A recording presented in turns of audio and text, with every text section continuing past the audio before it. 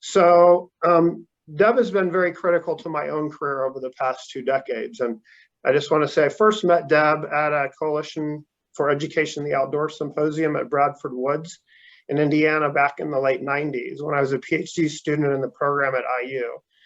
I knew of her from readings on women's leisure in our graduate classes, so I was honestly at first intimidated. But as a member of the conference's research committee, Deb was tasked with facilitating a discussion table where I sat trying to hide in the back corner with a few other students. And she was so genuine, approachable, and optimistic that I thought maybe professors aren't as scary as I thought. However, I later learned some actually are scary, but not Deb. Over the next decade, I was fortunate enough to work with Deb as she transitioned from the academy at University of North Carolina, Chapel Hill to her work at the American Camp Association. During this transition, we had many conversations about similarities and differences between academic life and working as a researcher beyond the walls of the academy. She has had an immense success in both spaces, retiring as a full Professor Emerita from UNC and growing the research visibility, funding, and reputation of the American Camp Association to new heights. However, this transition from the academy to the real world has not been without some revelations, and this is why I invited Deb to share some thoughts with us today. Deb has always been very generous with her time and advice, and she's always humble. I've learned immensely from her counsel, and I look forward to our conversations. I'm grateful to our friendship, and I look forward to our conversation this afternoon. So I'm happy to welcome Deb, and I'm going to turn it over to you. Thanks, Jim. I'm kind of blushing. That was so sweet. That was nice. Yeah, as Jim said, we go back a ways on here, and when he asked if I'd be interested in doing this, I jumped at it. I always enjoy being able to talk with students, and I wish that in some ways Zoom is great because we got a lot of us here. In other ways, it'd be nice to be back in that coalition kind of meeting where we're sitting around the table and able to chat with each other. So I'm going to go ahead and jump in. Here's my plan for the day, folks. What I want to do is just spend kind of like 20 minutes-ish getting kind of some of the background to how I got to where I am here. And then I'm going to open it up. I told Jim and Dart, I'm hoping you all have questions because otherwise there's going to be a lot of crickets for about 30 or 40 minutes. So as we go along, as Jim said, put questions in the chat if you want.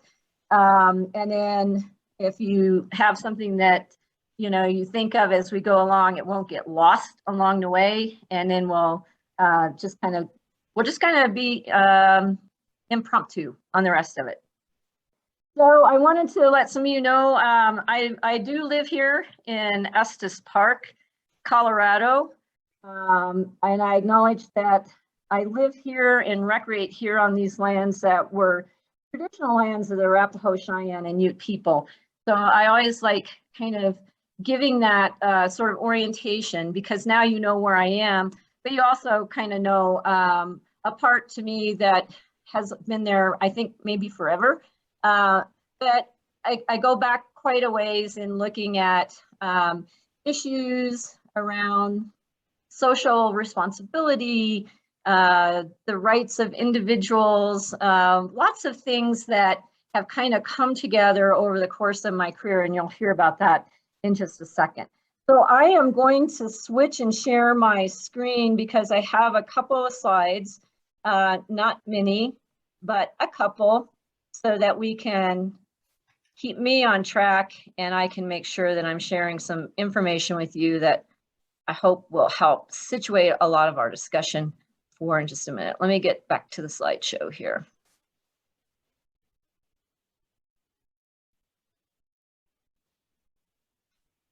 All right, so I called it a blended career because that's what I truly believe.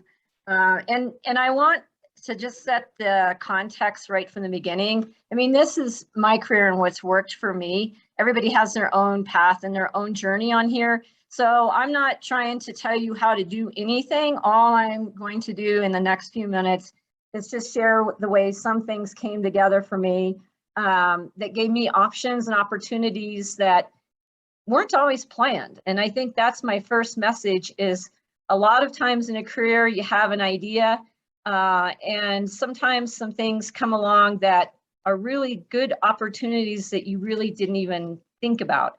And there is a reason for the colors on here, because my blended career is a combination of the purple makes red and blue turns into the purple. And I feel that's kind of an analogy for my career. I did start out at UNC Chapel Hill, and then moved into my role at ACA. And so I feel like I kind of have a purple career here. So I thought the easiest way for some of you that don't know me, I saw a few folks on there that I do know, but a lot of you may not, so I don't want to assume anything here. So for me, I've always been really curious and a kind of a practical kind of person my whole life, and that is reflected in the way I went through my academic training, as well as the way I've kind of lived my career. I've always been interested in helping others learn. So teaching has been important, but it's not always teaching in the most formal kinds of settings, although I have that background. I've done, a lot of teaching kindergarten through high school. And then when I got my initials behind my name, then it was undergrad and grad. So that piece has always been there. And now with ACA, it's changed over to teaching in a way that works with a lot of practitioners in the field. And that helping has always been around trying to solve problems. A lot of people accuse me of having rosy glasses on when I look at issues, because I like to think that there are ways that we can solve things. If we work together, we should be able to get some things figured out and be able to solve those problems. I put down nature driven just because I grew up on a farm in Illinois, and I think the out of doors has always been an important setting for me. And it was sort of reflected again in my career path. And my master's program, I did a lot with resources. I worked for the Department of Natural Resources in Minnesota for a little while before I went to get my doc at University of Wisconsin-Madison. So that sort of farm, some practical experience, some of my grad work, all kind of supported that importance of nature in lots of different settings. It's kind of evolved over the years, but it's always been a constant that the out of doors has been an important setting for me. A lot of my friends say I'm a worker bee, and I think probably that's true. I don't pretend to be a queen bee. I don't need to be the one always directing things or at the top. That's, to me, playing a supporting role is pretty fun, and watching other people kind of develop and see how they do is, I think that's a kind of a cool way to be for me. And I love collaborating, and that's why when Jim was talking about the work we've done, I've absolutely loved the work that he and I have been able to do the last 10 or 12 years at least, and there were little pieces even before that where we got to work together. And so for me, this idea of coming together, putting your best efforts and your best thoughts together to come up with ideas and solutions that's really pretty important to me. I wanted to mention the equity and social responsibility piece. I kind of alluded to that at the beginning. It's so funny, when I was getting ready to do this, I was putting away something and I came across a little button, and this will date me because it's SPRE. So some of you don't even know what SPRE was, but it was the Society for Parks and Recreation Educators. And back in 1991, we at UNC Chapel Hill, we hosted the Teaching Institute, and the focus of that was social responsibility, trends and issues for the field to consider. And I thought, wow, that's really true. That's like, I know you guys, some of you weren't even born then, but the point is that we go back a long ways around the social responsibility and equity being important to me. And I think I've seen that personally, but also in my career and in my own research. And lastly on there, I am a Gemini, and Geminis like to communicate. We talk. And so for me, that is a reality that it's there whether I want it or not. And I think it has actually helped me out in some ways over my career. So I think Jim sent out sort of a bio for my work. And so this is just kind of, again, to set the context for some of you that may not have been able to really look at that. And I think it's important to kind of understand this pathway as we talk today. When I finished my doc, I didn't graduate until August. And so I actually took a one-year teaching position at the University of Wisconsin-Milwaukee. And I knew it was just for 1 year, and it was to let me look around. And I found this wonderful opportunity at UNC Chapel Hill. And I thought, man, this is really good. Wasn't excited about going to North Carolina. Jesse Helms was a legislator at that, or the senator at that time. And that was not a place where I thought I wanted to live. I thought, you know what, it's okay. I can start out there. There's some really good people there.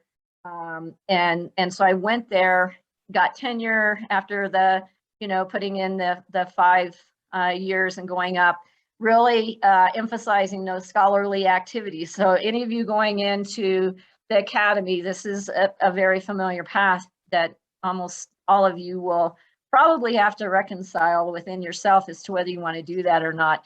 Doug told me when I first got there, he said, if you want to be tenured here, you have to focus on your scholarship first. He said, do what you have to do. And then after you're tenured, then you can go and do what you want. But in the meantime, you're going to need to do what you need to do. And those words were pretty important for me. I thought I was only going to stay at Chapel Hill for like a year at the most, maybe 2. And then I ended up staying 20. So there you go. But when I did that and got tenured, that was a very small department. And so when I got tenured, Doug told me, he said, we let you and supported you in your scholarly activities. Now it's time for you to do service back to the department. And since I had not worked anywhere else in academia, I thought that's just the way every chair talked to their newly tenured associate professors. And I said, okay, great. What is I'm supposed to do?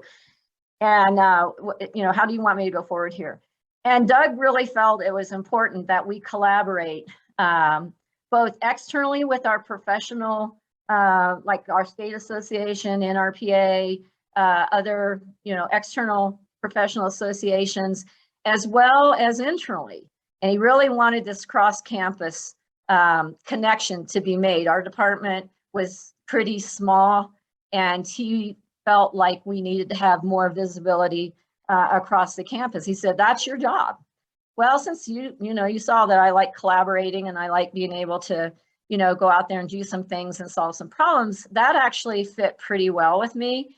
And so I did that. I still had to do the scholarly. I didn't have to. I wanted to do the scholarly work. And so I had to kind of balance that out, though. And what that really led me to was a lot of networking across campus, a lot of dialogue with other departments and other key people on campus that I probably never would have had those connections with if it hadn't been for Doug and the department supporting me and doing that kind of committee work. And it was a lot. I was on a lot of different things like that. But I also had to balance because we were doing our own research. And so there still is a scholarship piece, plus the teaching, plus, the service to those external groups.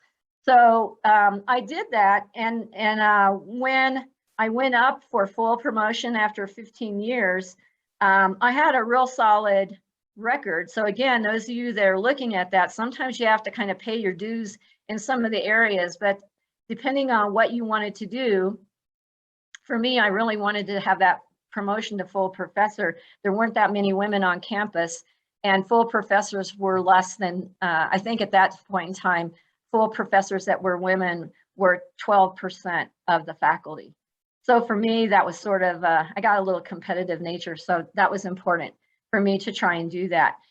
So and it worked when I went up. I had a fairly balanced portfolio. I had enough in there. And actually the thing that I was strongest in was in teaching. And at a research institution like Carolina, there was a little bit of worry as to whether that would be enough to carry and be able to get that promotion, but it did. And so then after 20 years, I retired from UNC Chapel Hill, as Jim says, Professor Emerita. And so when I got done and I was thinking about talking with y'all about this, I felt like at the end of that 20 years, first of all, the Academy had changed a lot in 2 decades. The university and the role that faculty were playing in the university, the relationship between the university and the state legislature, that was dramatically different. And it had to do a lot with funding and things like that. And so I felt like the Academy was changing in a way that was maybe not as satisfying as what it had been. And part of that is because they took our department and they were merging us into another department. So we were losing our unique identity as that Recreation and Leisure Studies department. And for me, that, I have to tell you, this is, you know, kind of personal, but it was devastating to have that happen.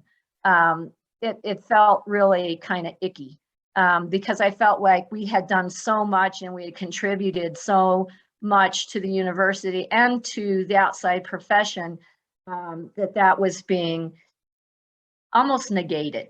And so it just didn't feel like that was the place for me to stay anymore. And that's why after 20 years, I was really too young and too poor to be able to retire, but I did. I wanted to do that. And that's when I'm saying sometimes your career takes you places where you're not exactly prepared to go. I always thought I would retire from the university and that was going to be my sole career. So it was kind of one of those moments of, you know, reckoning. I felt like I had some strengths to be able to take out there and start seeing what else I might be able to do. I had all the initials, you know, I had, you know, the right things behind my name to open some doors for me that I really hadn't thought about or explored. So that's another thing I'm kind of putting out there for y'all that are PhDs, is a lot of times you kind of get this one track kind of thing. It's not that it's bad. I mean, I wanted to go into the Academy. But because of that, I don't think I really thought about some of the other options that were out there. And so now I'm at a place where that's an opportunity for me. I felt like I had a lot of strong networks that I had created over those 20 years. I had a lot of expertise in teaching and research that I felt like were skill sets that were pretty, pretty marketable. I had organizational political awareness, and that's one that I would have never thought about when I was first out as a doc. I just, I just thought people worked together and you got along and things went the way they're supposed to go. That was the rosy glass part, and it's not that way. It is not that way. You do have to play politics, and I never thought I would ever say that, but you do, and I am saying it. The collaborative skills were there from all the networking, and I felt like the communication skills were there because I'd done so much work that made me be talking with people in all different kinds of settings. So I had to be able to use the academic, jargon when needed, and you use your big GRE words and everything. But heck, when I went out and talked to the practitioners, I was like, you got to tone this down because they're not going to understand a thing that you're saying. And it was really important for me to be able to talk about my research or talk about the activities that we were engaged in a way that would resonate with that particular audience, whether it was the general public, whether it was Park and Rec, practitioners, whether it was an international audience, whatever. So those communication skills, I thought, I was pretty good with that. So it's again, some things are serendipitous. When ACA, and I'd been volunteering with ACA for quite a while, when ACA heard that I was going to be retiring, they said, the CEO, Peg Smith, called me up and she goes, hey, we really would like to take and modernize ACA. We want to get them into, the 21st century here. And we need to create a research environment within the association. And, we'd like for you to come in and maybe, do that. And I said, no, why? No, why? I don't want to go to Indiana. I mean, no offense to anybody in Indiana. I mean, I grew up in Illinois, Midwest. I did not want to go back there and live there, though. I'd been living in North Carolina. My plan was to move to the mountains. So I told Peg, I said, I just don't want to, live there. And I'm not going to come and just work for a year or so. I'm I'm wanting to find something that's, you know, a place where I can stay. And when I was looking at that, she said, well, I don't know, you know, it looked like, you know, you were teaching some courses, and I'd co-taught a class with Phil Ray over at NC State that was open to multiple universities in North Carolina. And so this whole idea of technology and using it wasn't foreign. She said, you know, let's see if we can talk with our IT guy and see, there's really no reason why you can't do research from wherever you want. So what she was talking about was remote working. And so, you know, it's kind of funny with all this stuff with COVID, because I've been remote working since 2005. And so that, as soon as we got that as an option for me, then that was settled, because the work looked really interesting and I could see parallels. There's professional development that was being done. Well, that's just another kind of teaching. They really wanted to set up this research environment. Well, heck, I've been doing that. You know, that's something that was important. I could come in there and figure that out. They wanted to go get grants. Okay, great. You know, I got some skill sets I can bring into that.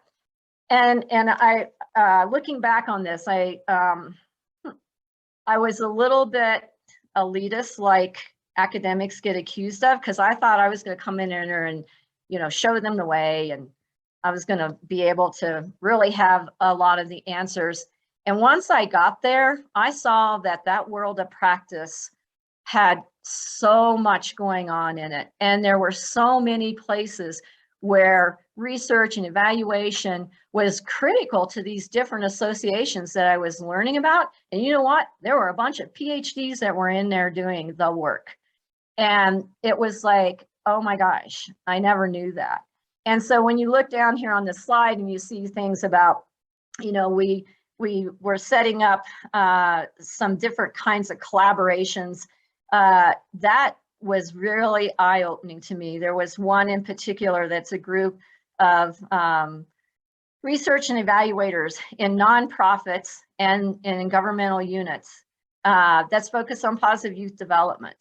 And if you think about it, there's lots of practice places where PhDs are working in, like research institutes, or they're working on grants. If you think of the resource side of our field, you know, Forest Service, Park Service. And I'm like, oh my gosh, when I was in the academy and thinking about research and evaluation, I always was thinking in terms of, okay, we at the academy, we're out there, we know the research, and we're going to go in and we're going to help our practitioner friends do this. And when I got out there, yeah, I had a lot of skill sets, but man, those practitioners were teaching me a ton about recognizing what are the current issues, what do we need help with anyway? You know, what kind of things can you come in and help us so that we improve our practice? And people think practitioners are kind of anti-theory, and they're not. They may not call things the same way as what we did in the academy, but they were using frameworks, conceptual frameworks. They were using theories. They didn't necessarily call it that, because that's just not a part of the way the discussion went in many of these organizations. Some did, like the Girl Scouts had a research institute that employed 20 analysts, and most of them had PhDs. And I'm like, holy cow, I never knew that.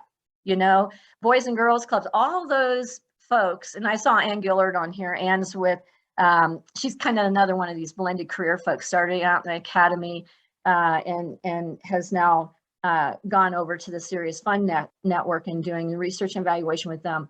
So all of this to say that the research piece in there, all of a sudden it's like a hologram, and I turned it just a little bit, and all of a sudden everything I thought I knew looked a little bit different.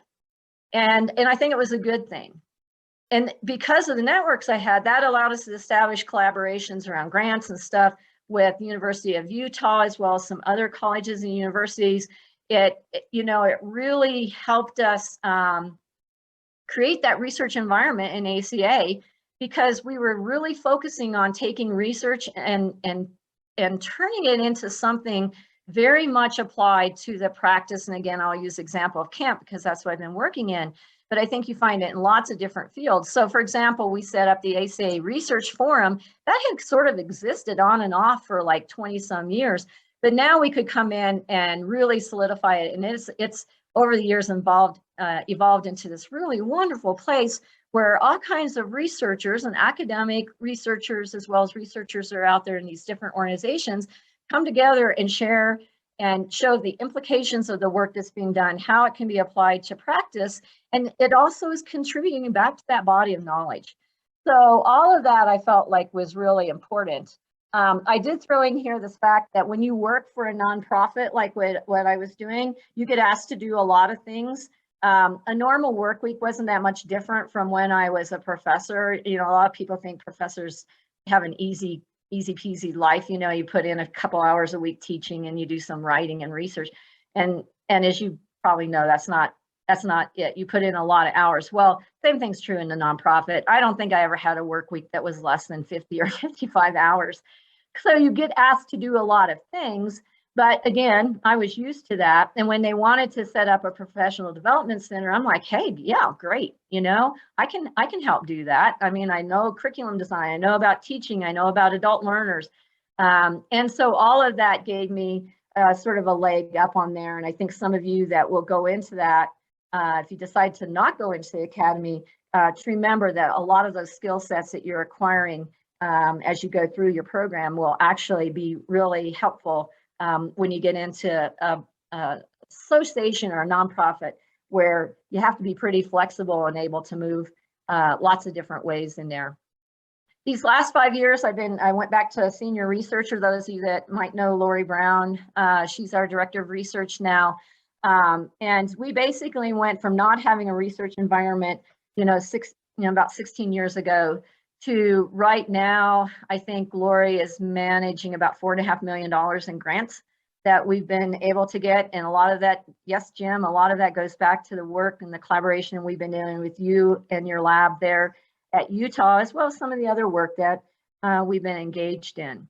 So again, the strength at the end of this, to me, has been, just being able to take skill sets I had and apply it in a way that was really advantageous to our association, so that creating that research environment, establishing within our association the need for evidence-based practice.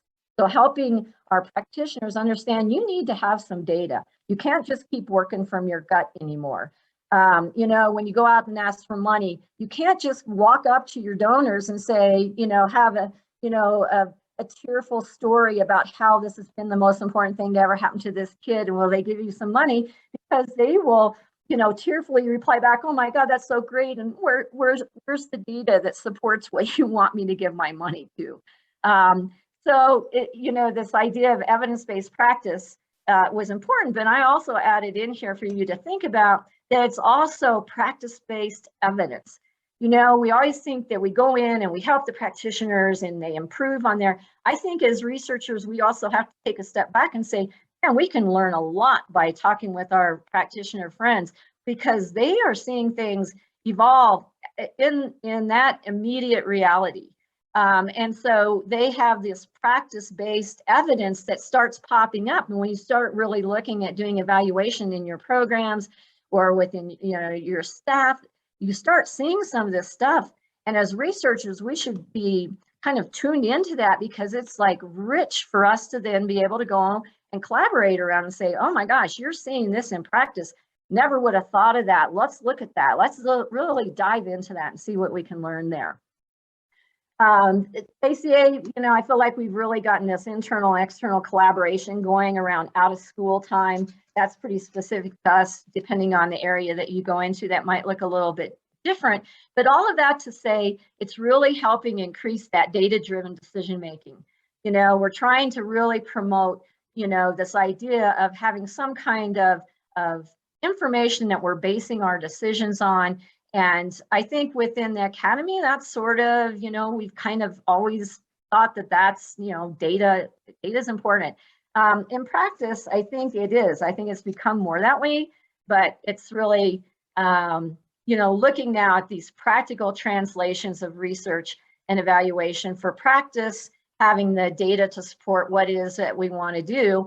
And then this is what's been happening for ACA the last few years, is once you sort of have that data-driven kind of direction, then you go and you've got, funders who are looking at your work going, wow, this is pretty interesting. We're interested in this angle. what do you think about that? And then being able to pursue those kinds of grants that will help us do the work we want to do. It supports the mission of those foundations. And I think in the long run, not only does it help improve practice, but it continues to add to the blending of our work. So this is just to kind of wrap this up, and then I'm going to go to questions. I think that for me, it worked because I was able to maximize the skill sets that I had. I think you could go the other direction. I think you could be in practice and in fact have a lot of skill sets that you could bring into the academy. You got the right initials. I remember one of my colleagues, my team leader, going, "Deb, we really need you on this, on this project that we were working on because you got the right initials behind your name." And I was like, wow, is it just the initials? And she would laugh and she goes, "The initials, but you have the skills, but you have to get through the door. And this one, they need to see initials." And I'm like, okay, whatever. And she was right on that sometimes. And again, it's kind of an elitist thing. Those initials, that PhD behind my name really did open some doors that I probably wouldn't have been able to walk through if it hadn't been for the initials. I don't think I was any different once I got through the door, but they allowed me entry.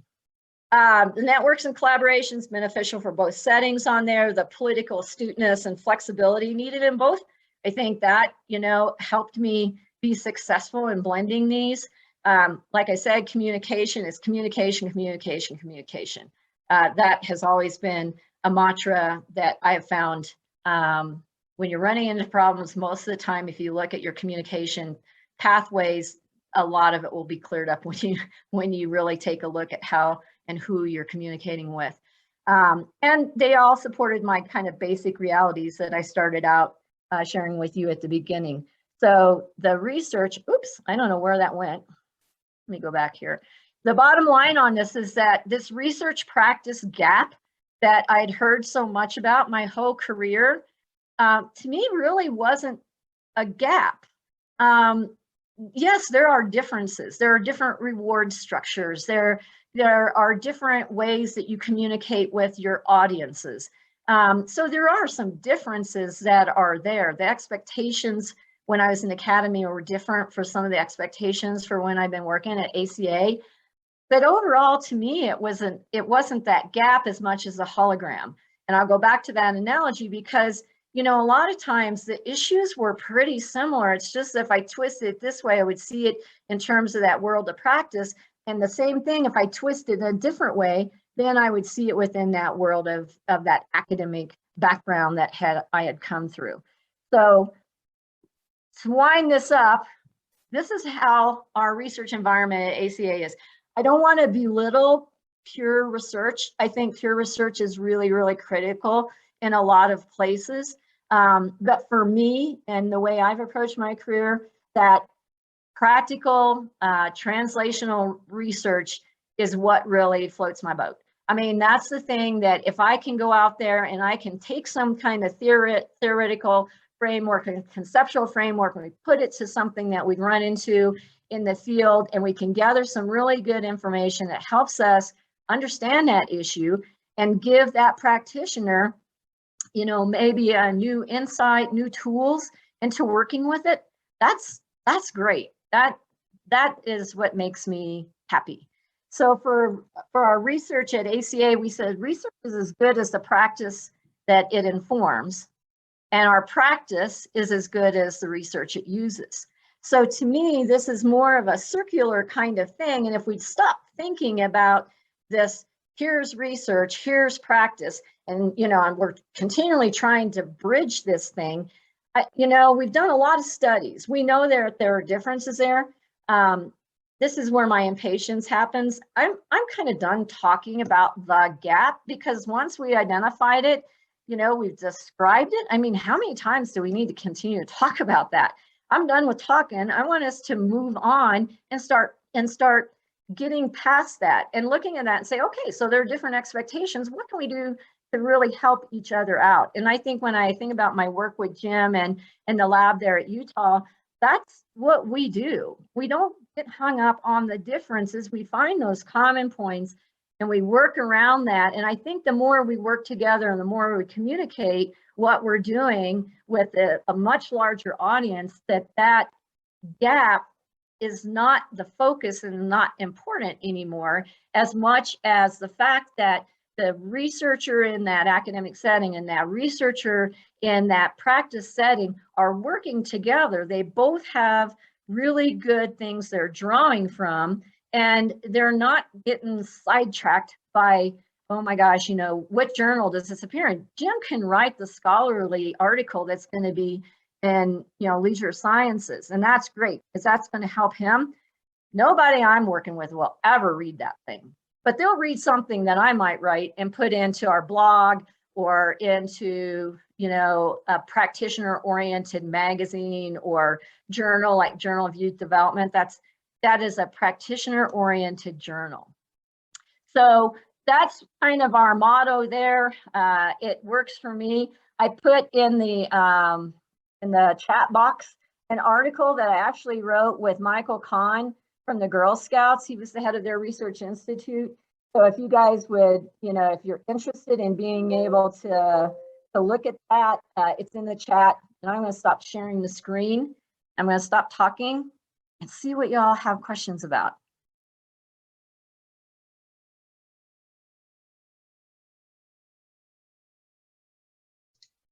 Do we have anything in the chat, Jim?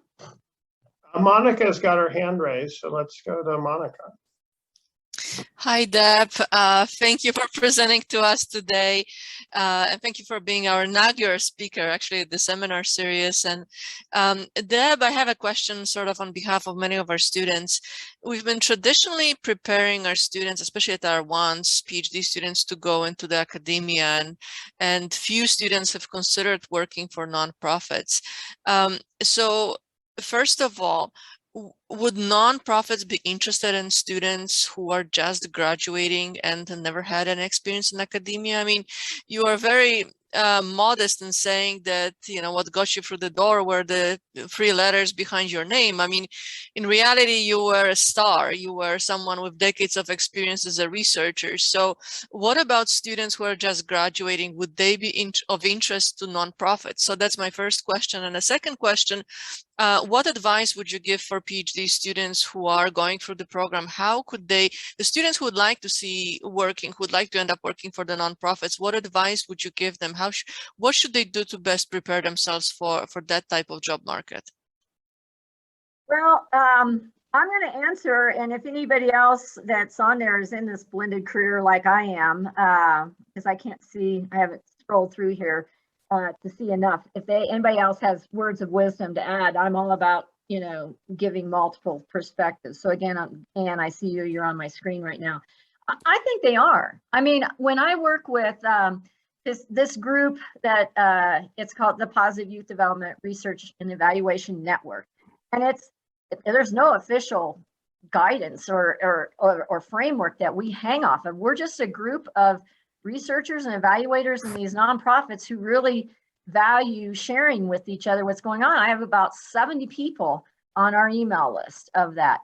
And those folks are looking for that. Now, in this time where the economy has been so up and down and COVID has thrown wrenches into things, I mean, there are things where sometimes in those associations, their money gets tight.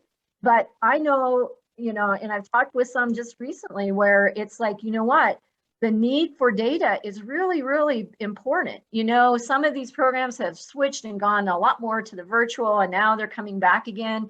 They have a lot of work around program quality that they're trying to do, and they are going for money from foundations and other sources of places to get money. And if nothing else, they're asking donors within their own. So I think a brand new PhD person, y'all have a lot of experiences, and I think faculty give people those experiences.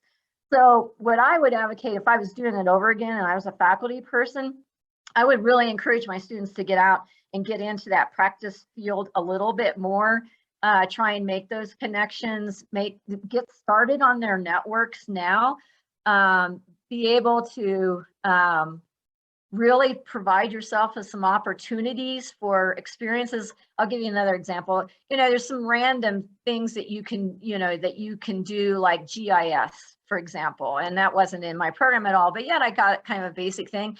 Well, it's kind of cool because when I went to ACA, we were trying to do some mapping things, and all of a sudden it was like, I don't know very much about this, but I do have at least a start in this. So I would say trying to get, multiple kinds of experiences as much as you can.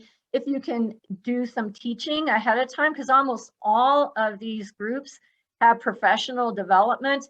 If you're hired in as the evaluator to work with the Boys and Girls Clubs, for example, and you have a small group of your team is small in there, a lot of times you are cross-team work anyway. And so that's what happened with us at ACA. So that teaching experience that you get as a TA, I still think that's valuable experience for you. All of your research stuff, that's valuable. You don't get a lot of rewards for writing things that might be blogs, in there, but man, sometimes you don't have to have the immediate rewards. Stuff like that can really help you down the road. So I would say just don't pass up any opportunities for being able to increase your skill set, increase your network. And, those initials, everybody starts out new sometime.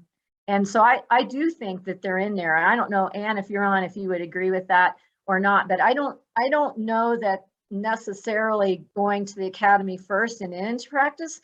I mean, some of these folks I'm working with, they are smart as whips, and they're seeing everything that's going on with issues in the field. They're dealing with the immediate, they're dealing with multiple kinds of audiences. DEI is huge across all of the associations right now. So this idea of diversity and equity and inclusion, that's just out there everywhere. And I think, again, being able to start out there, is not a bad way to go.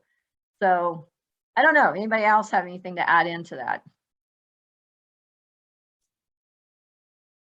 If not, did that get your question, Monica? Is that okay? Yes, absolutely. Thank you, Deb. Okay.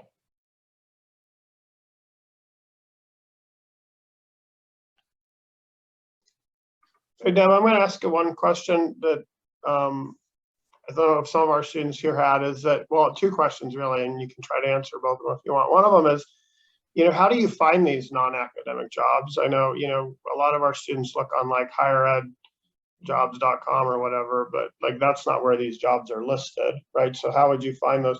The other thing I think is kind of an interesting conversation that I know some of us have been having is like, what would you do now having gone to the ACA side? What would you do different with the tenure and promotion guidelines if you could kind of wave a wand and say, look, universities and higher ed should be rewarding these types of activities? Is there anything you would change about that as opposed to how, when you went through the system, what was rewarded and what was valued? Yeah. Well, let me start with the first one, because that one I might have a few ideas on. I think these jobs, a lot of them show up on places that we don't normally look at. I mean, I think about the American Evaluation Association. That group has some job announcements that come through that. A lot of these things, I would absolutely support the fact that sometimes they're difficult to find, and that's where your network really happens, because they'll, within the Boys and Girls Club or within the Y, they'll say,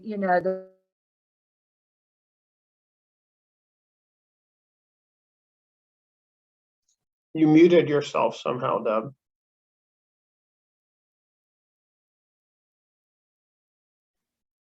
Sorry, I had to plug in for some reason. My laptop was down. I must have hit mute.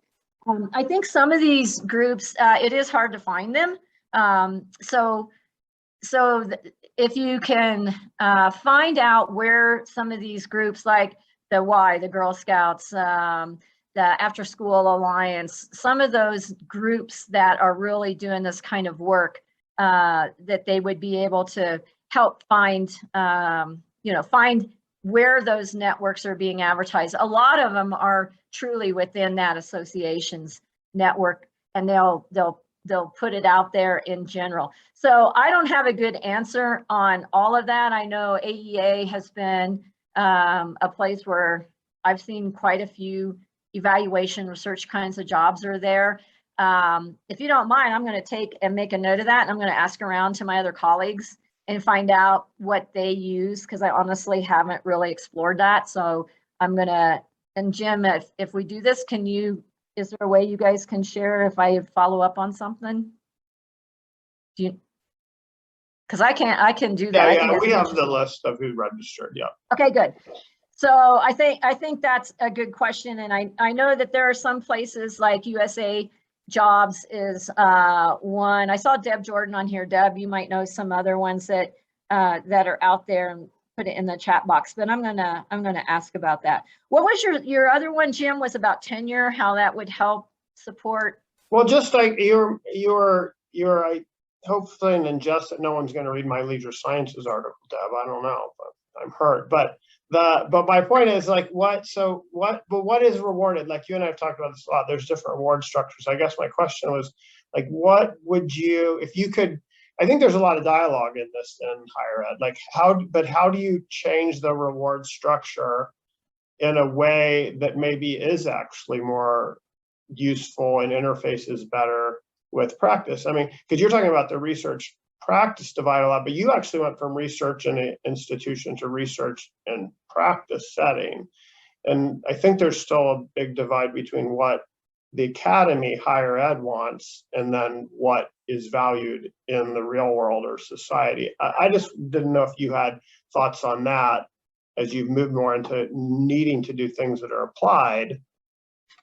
Well, I do have a couple of things. And one is a lot of times when you go up for tenure or promotion, either one, they're looking to see what you as the individual has really done. And I've been collaborative my whole career. And that was another thing that was a little nerve-wracking when, especially going and getting tenure, because they wanted to see that you were able to do everything on your own. And I'm like, well, I can do stuff on my own, but that's not my style. I want to be able to collaborate. I want to write these articles with people. I want to do the research with other people. And I felt, and at that time, and maybe it's a little different now, I've been out of the academy for almost 16 years now, but from what I've seen and heard other people talk about, they still want that sort of, here's your individual research line, and they want to see these articles being published, by you, that you can really do this stuff, that you can bring in the grants.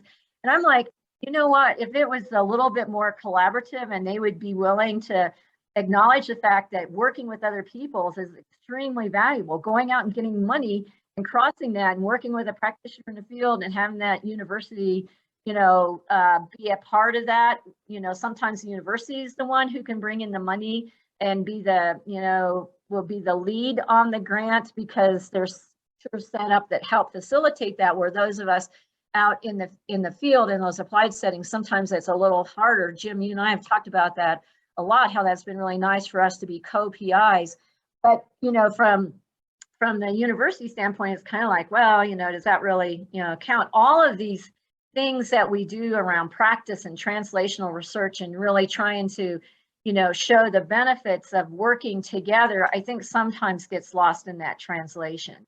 And it's so focused on you, the individual within the academy, that some of these other pieces, it's like, how much money did you bring in? How many scholarly articles did you write? And I'm like, that's okay. And that's within the academy, that's valued. But me personally, that's where I'd wave a magic wand and say, you know what, sometimes going and presenting at these conferences and sharing this stuff with the folks that's really going to matter to you, that should count something, Service was always a part of tenure, and it was a toss off. They didn't really care that much about service. I'm like, heck, to me, that's a really big part to being able to go out there and be successful and having people pay attention to the work that we're doing. So those kinds of things I would love to change. Changing the academy, I'm going to be long gone off this planet before that probably changes. But if I had a magic wand, that's what I would do. I'd value some of those pieces more than what is in there. And scholarly articles are great. And Jim, I love reading your articles, and whether it's in Leisure Sciences or wherever. But honestly, you all know, I'm not telling you anything new. Practitioners do not read that. Nobody that I'm working with goes and reads leisure sciences except us academics. And that's really unfortunate because we got really good stuff in there. But just like I mean, it's not unique to us. There's lots of other fields where nobody comes in and reads the scholarly articles. What they do read are the translation pieces that some reporter picks up and go, wow, this is kind of cool. Tell me a little bit more. And then they boil down our 3 years of work into like 5 sentences. You know, but at least people are reading that and they're like, oh, that's kind of cool. So that's kind of what I would change. Great, thanks, Deb. I see Caitlin has a question. So Caitlin, if you wouldn't mind unmuting and. Yeah, thanks, Deb, so much for your talk. I was really looking forward to this all week. I have sort of a tricky question, which is something that's often missing in our discussions of academic and alt-ac careers is the role, and I think especially as women, of marriage or other partners and children. And I've found some of the traditional trajectories of academia to be a little bit almost incompatible with some of the other priorities that people might have in their lives. And so I was wondering if you could talk about how a blended career might help to accommodate for some of those other values. For example, I'm married to someone who also has a PhD, which I think is a particularly naughty situation because we each have deep specializations that aren't always geographically compatible. So if you could just speak a little bit to how those life factors might influence that. Yep. Yeah, and I don't have the magic wand, so I'm gonna put that disillusionment out there right from the get-go. But here's what I do know: work-life balance with personal life balance is incredibly hard. I don't care where you sit. You know, working at ACA, I see, you know, my colleagues struggle with this, you know, all the time, the same as I see it struggled within the academy. And, you know, this goes back to my past research interests with women. And I think that we are in a place where people just kind of expect us to, you know, to, of course, you know, you're gonna, if you want to go down this trajectory, then, you know, you're gonna put off having your kids for a while, or if you do, you know, you're always playing that game of, you know, can I really go and focus on family things when there's this big work thing going on? And it's just a struggle. I mean, it's a societal issue that, again, if I had a magic wand, I would love to wave around that. And I don't think it matters. I mean, family structures are so different anymore, you know, with all kinds of family related issues. I don't care whether you're, you know, a lesbian mom or, you know, a mom and dad that's out there, you know, trying to make both careers be successful. I mean, those things to me, it's this large issue around expectations. And I think for what I found, and I'll tell you, I have, you know, I've been, you know, in a lesbian relationship ever since, you know, way back when. Chose not to have any kids. And, you know, that gay family structure was there, but that was even tricky because, you know, you really couldn't, you know, say, oh, well, you know, because back in the day, you just didn't even talk about that. It's that part is at least a little bit better now. But the bottom line is that their work expectations are huge. Hours that you're working, when you're going to be available, you know, if you are on a project that you're going to be there 100% ready on call, and yet you have a family now that is also, you know, if you have kids and things like that, they're doing that part of your life is also important. So all I can say on this, Caitlin, is, I mean, my hat is off to people that set aside some priorities and they set aside the time for that family. And I would say, and this is tangential, but I think it's important, this last year and a half has been really tough on people. I think self-care is underrated. You know, we were talking about this earlier this week within our work setting. And this idea of mental health is huge across the board. And so when you're looking at things like tenure demands, trying to figure out, do I pause my career if I want to have kids for a while? Will the university support that kind of decision? That same kind of discussion still goes on in those nonprofits as well. So like I said, I don't think it's that different. I think it's a societal structural problem where we need to figure out a way of getting a handle on that without forcing people to just, say, you know what, I'm done. I'm backing out of this. I'm going to leave the academy for a while. I'm going to leave this job for a while because I really want to be able to have, some kind of focus on my family right now. This is an important time in my life for that. And so I admire the personal decisions that people make around that. And I think everybody kind of has to do that on their own. Like I said, I don't have a magic solution because I think it just has to be one of those things that you negotiate as you go along in there. The societal support is often not there. So you have to me, it's a huge conflict, of being able to figure out professionally and going on the route that you want to go professionally, but then you also have this family life that's really, really critically important, and you got to nurture that too. And so how do you balance those two things out? So I didn't answer your question, but I'm recognizing the issues. And again, that's something that, I honestly feel like we need to get a handle on and figure out how we're going to solve that so that we don't continually have our really talented, great women and men out there being pulled apart around an issue that should be something that we can figure out how to deal with. Yeah, absolutely. Thank you. I realize I presented you with an impossible query, but just hearing a little bit more about your positionality and your personal, having a long-term partnership also helps to add some context to that. I feel so often we don't talk about those aspects of our lives that are some of the most important.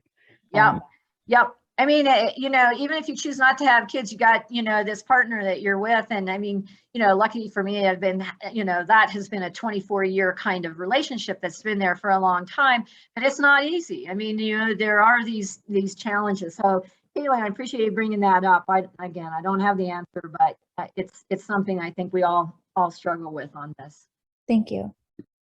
Great. Well, we're about at an hour here. So I guess, first of all, I just want to really, if everyone can just either use your applaud emoji or whatever that is, or I just want to really thank Deb for making time to visit with us today. And we really enjoyed the conversation. So thank you all for coming, and thank you, Deb, for sharing.